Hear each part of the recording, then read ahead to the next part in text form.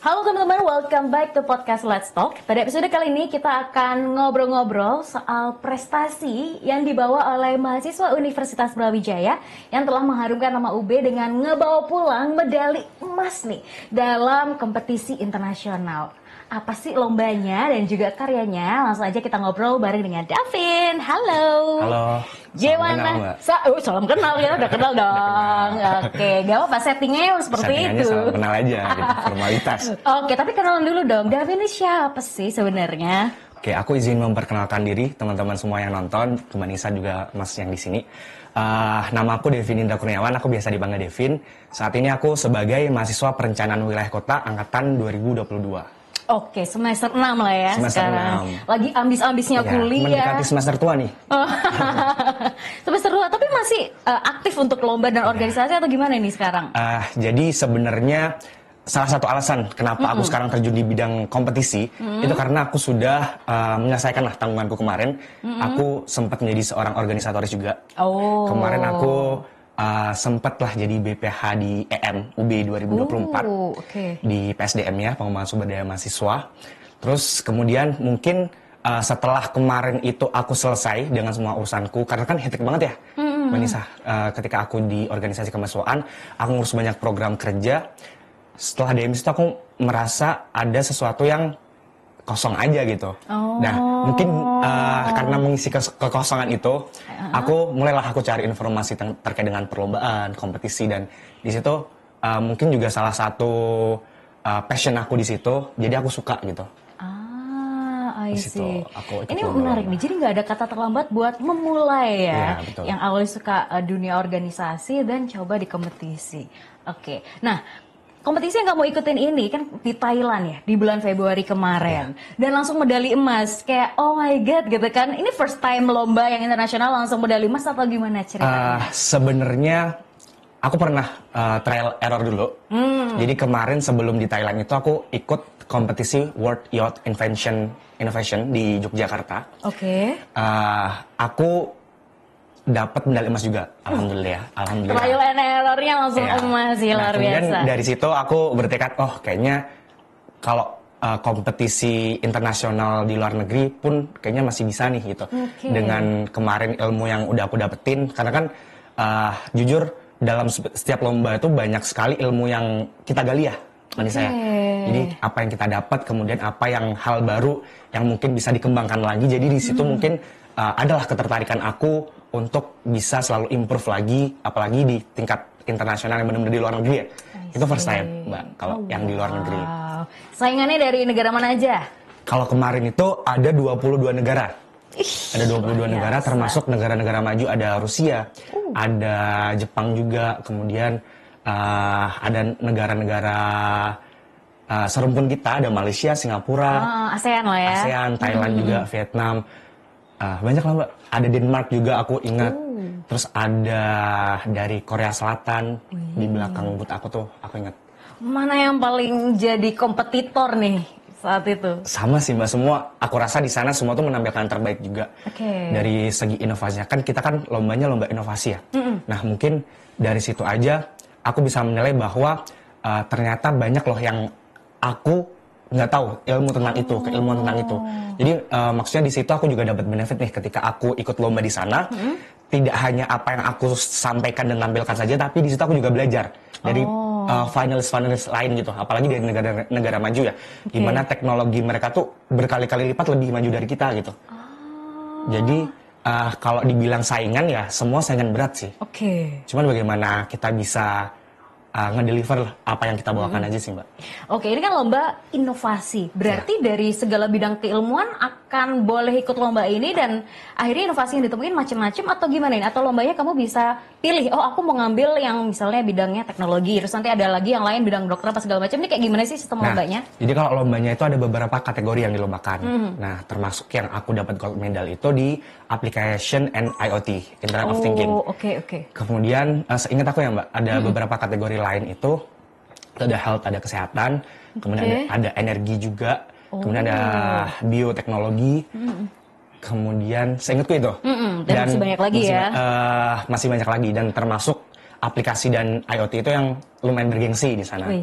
Jadi ya kemarin dapat gold itu juga alhamdulillah banget. Wih, I see. Nah sekarang apa sih inovasi yang dibawa Davin dan teman-teman?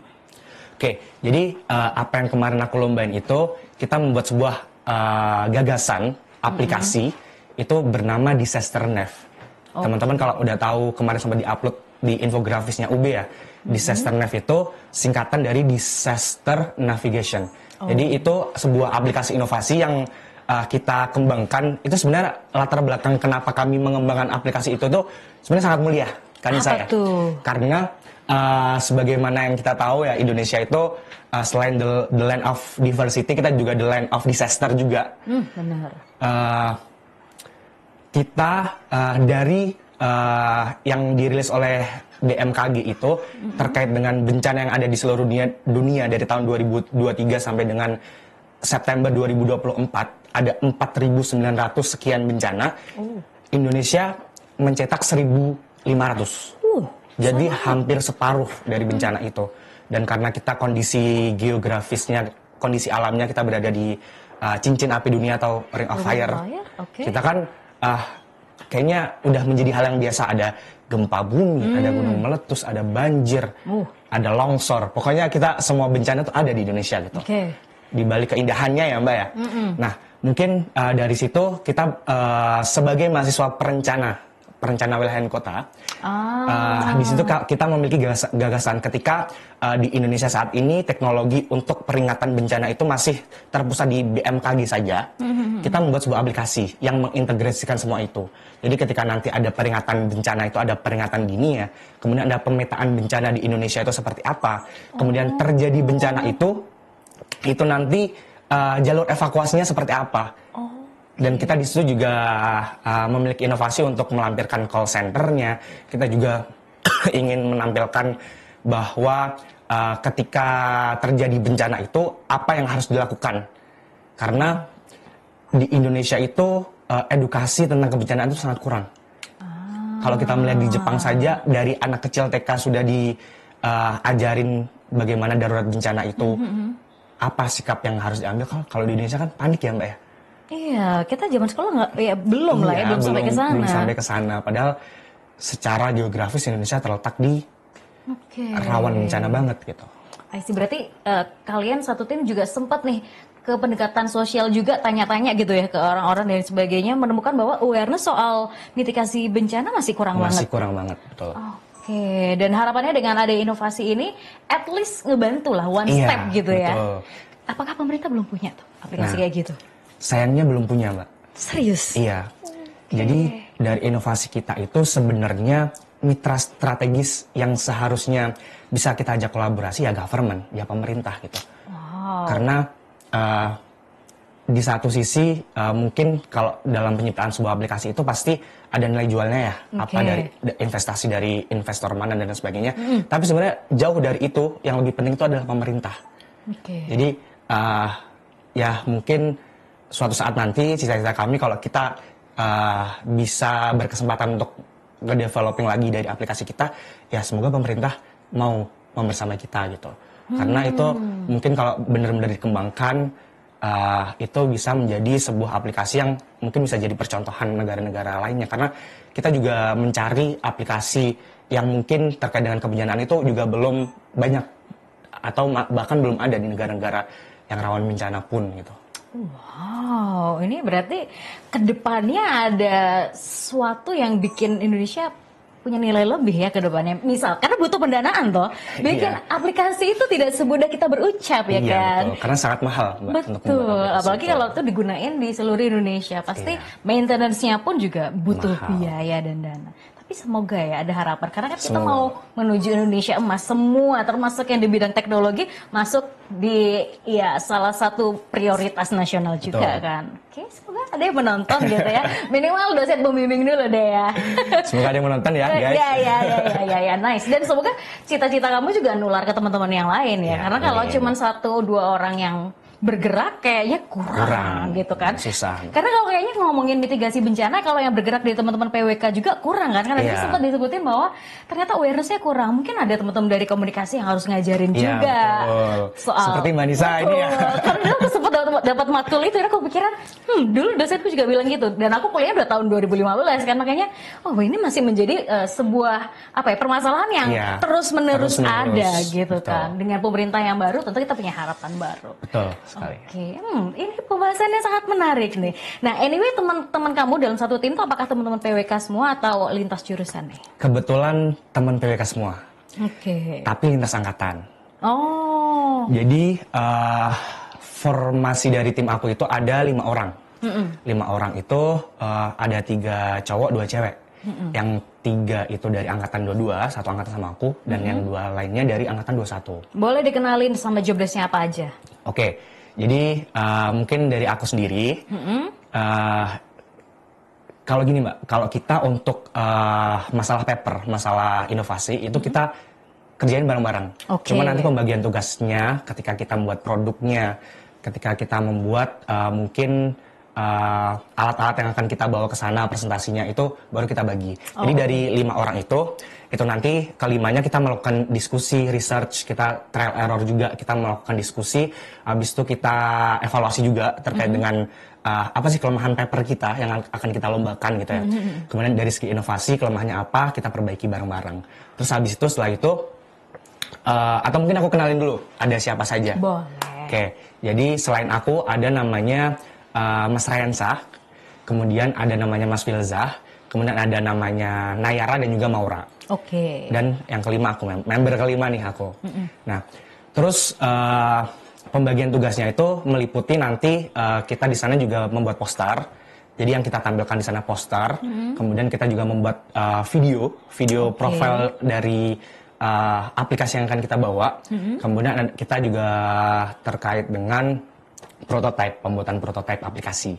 Nah, sebenarnya yang susah di situ Mbak, kita prototipe karena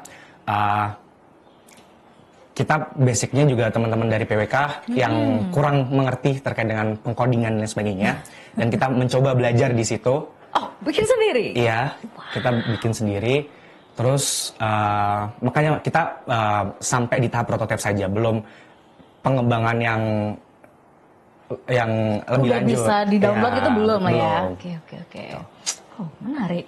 Nah, tadi sempat dikatakan bahwa kalian sampai bikin alat gitu ya. Alat itu maksudnya prototipe aplikasi tadi. Prototype. I see. Terus kemudian kalian ngumpulin data itu kayak gimana? Karena kan kalau se-Indonesia itu kan juga banyak. Apalagi kalian pemetaan itu kan sesuatu yang datanya harus jenuh banget, mungkin dikumpulkan dari beberapa tahun terakhir apa sampai kalian kalau di Malang apa ya, BPBD ya namanya ya? BPBD. Sampai ke sana atau kayak gimana sih prosesnya, kan nggak mungkin indah-indah doang tuh ya ceritanya. Boleh diceritain? Jadi untuk sampai saat ini data yang kita peroleh, kita eksplor dan kita masukkan, kita kelola itu adalah data yang sifatnya data pemerintah yang open public. Nah, kita ambil example dulu nih, Mbak. Jadi kita belum bisa ke instansi terkait dengan pengambilan data yang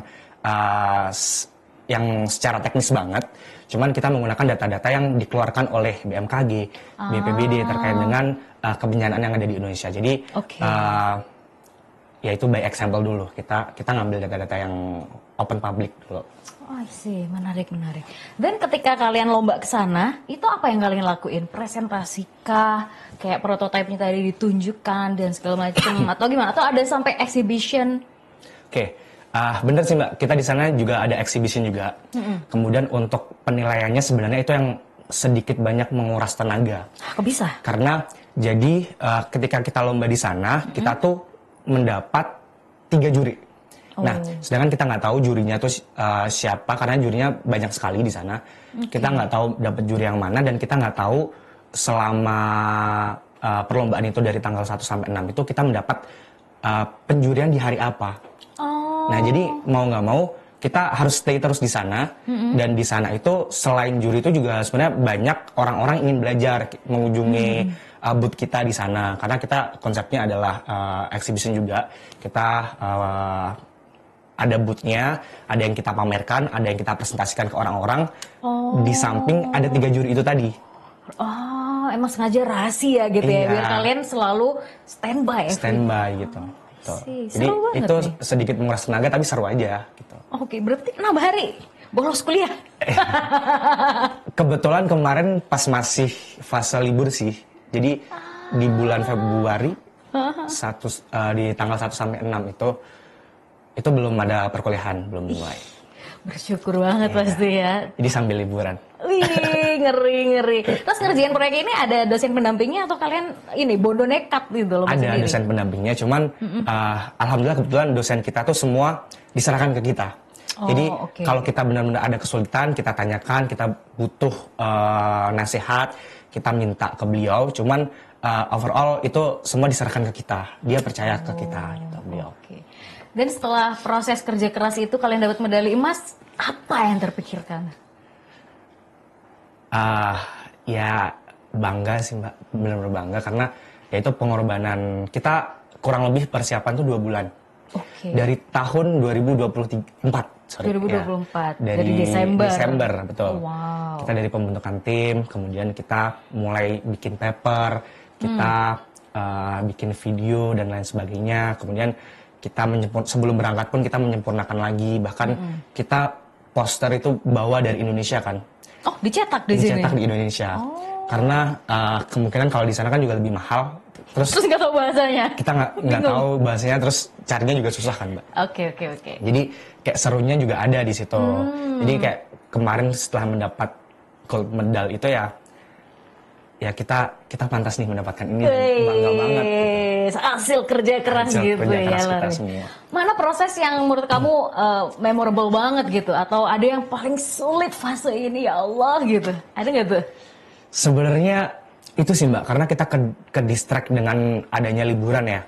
Jadi pas kita nggak ada di Malang, itu kita tuh bener-bener no progress gitu loh. Jadi mungkin kendala kita punya kesibukan masing-masing di rumah.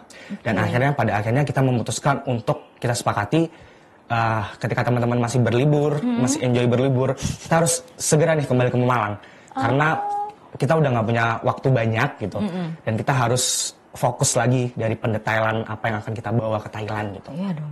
Karena kan bukan lagi di Jogja, bukan lagi di Surabaya, di Thailand Mbak, ini Mbak gitu. Ya udah keluar banyak gitu lah ya. Iya betul. Itu sih Mbak. Oke, di sana ada cerita-cerita lucu nggak? Pesan makanan apa salah? Banyak sih sebenarnya. Coba dong ceritain. Karena kan mungkin Thailand itu salah satu negara dengan pariwisata terbaik lah kataku ya. Jadi Thailand itu nggak pernah sepi. Fun fact-nya, dan sampai aku make sure loh ke mas-mas Grab itu kayak pakai bahasa Thailand. Nggak, pakai bahasa Inggris gitu. Bahasa Inggris. Di sini tuh emang setiap hari, setiap all day itu kayak gini ya, serami ini ya. Karena di sana banyak banget wisatawan mancanegara tuh banyak banget, Mbak. Katanya ya sepanjang tahun seperti ini gitu. Nah, itu kayak salah satu di Indonesia aja kan biasanya kayak cuma di Bali gitu ya. Yang full wisatawan di Bali atau di Kepulauan Lombok dan sebagainya. Tapi itu di pusat kotanya seramai itu gitu. Dan mungkin culture shocknya juga itu terkait dengan cuaca. Kenapa? Di sana panas. Di sana tuh panas. Jadi kalau misal kita keluar itu nggak pakai sunscreen atau nggak pakai lotion tuh gosong pasti. Karena aku pulang ke Indonesia pun gosong Mbak, ngerasa gosong. Ini udah gosong ini, sisa-sisa pembakaran ini Mbak dari Thailand. Terus yang ini juga yang culture shock juga itu terkait makanan sih. Susah cari halal food atau gimana? Lumayan susah, karena kayak everything is pork di sana. Jadi kayak di tempat kita aja, di tempat lomba kita, di kantinnya tuh hampir semuanya dari pork. Dari babi gitu kan. Jadi sedikit tricky juga untuk memilih makanan gitu. Dan ternyata orang Thailand itu lebih nggak jago bahasa Inggris daripada orang Indonesia gitu. Jadi sedikit susah gitu kayak cara berkomunikasi dengan mereka, dengan native warga lokalnya mereka ya. Itu sedikit susah gitu. Waduh. Jadi kita harus benar-benar selektif. Karena kadang kelihatan juga ya kalau dagingnya seperti ini, oh ini kayaknya pork gitu ya. Jadi kita harus hati-hati. Terus mungkin juga di sana yang sedikit susah itu adalah transportasinya. Jadi sebenarnya di sana tuh udah bagus Mbak, transportasi umum. Ini secara sudut pandang perencana ya, itu sudah bagus. Itu bagus. Cuman secara jalur trayeknya itu bikin pusing gitu. Kalau kita nggak tahu bahasanya, kita mungkin kalau kita buta maps di sana tuh itu susah banget. Hilang aja lah ya. Hilang gitu. Dan benar-benar seramai itu transportasi massal di sana tuh benar-benar ramai. Jadi mau nggak mau kita ke sana harus nge-Grab, harus aplikasi di sana dan Bolt gitu. Itu sedikit lebih mahal daripada transportasi umum. Seru banget ya experience-nya Devin, gak cuma dapat medali emas ya, tapi dapat experience yang memorable gak hanya sendiri tapi bersama dengan tim. Oke, ini last question nih. Kasih dong motivasi buat teman-teman lain yang mungkin sekarang masih berjibaku dengan dunia organisasi atau masih ada teman-teman yang kupu-kupu, gimana caranya bisa move on kayak Davin akhirnya menjadi ambis kayak gini dan akhirnya membawa nama UB menjadi harum. Oke, jadi kalau dari aku sih yang pertama dalam kita mencapai sebuah achievement itu harus berasal dari passion gitu. Jadi kalau kita suka, kita pasti mau, kita pasti berusaha di situ. Jadi jangan setengah-setengah ketika kalian punya passion, itu bisa dikembangkan gitu ya. Bagaimana nanti banyak sekali kesempatan dan pintu itu akan datang.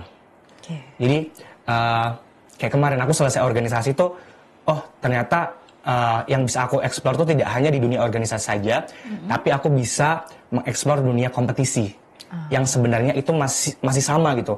Ketika aku bagaimana aku manajemen sumber daya manusianya, bagaimana aku bisa managing tim, super timku seperti apa, itu sebenarnya masih di passion aku gitu. Karena mungkin semua pencapaian kalian itu akan terasa lebih indah dan nikmat itu ketika dijalani dengan senang hati gitu. Dan buat teman-teman yang mungkin belum menemukan apa yang disukai, apa yang bisa membuat teman-teman menjadi seseorang yang bisa lebih dikenal, itu mungkin teman-teman harus berusaha lebih keras lagi untuk bisa menemukan apa yang menjadi passion teman-teman itu sendiri. Luar biasa Davin, semoga terus menginspirasi. Next planning kalau ada lomba apa segala macam ntar main-main kesini lagi ya. Oke, dan teman-teman semoga kalian semua juga terinspirasi dan thank you buat Orona Minsi yang udah support di episode kali ini dan juga Resin Bakery & Co. Dan sampai jumpa di episode berikutnya. Bye-bye.